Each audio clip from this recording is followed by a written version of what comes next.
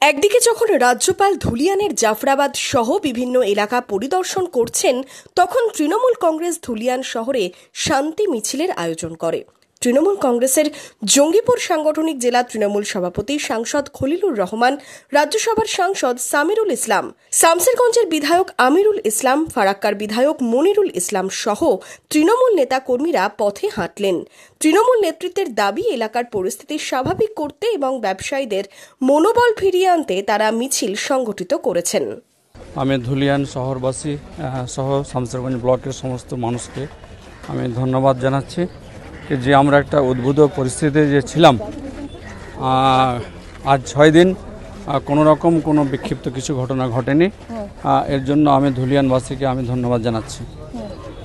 আমরা যে শান্তি সম্প্রীতি নিয়েছিলাম, আমাদের অঙ্গীকার হবে সেই শান্তি সম্প্রীতি আগামী দিনেও সেটাকে অক্ষুণ্ণ রাখা আর কি।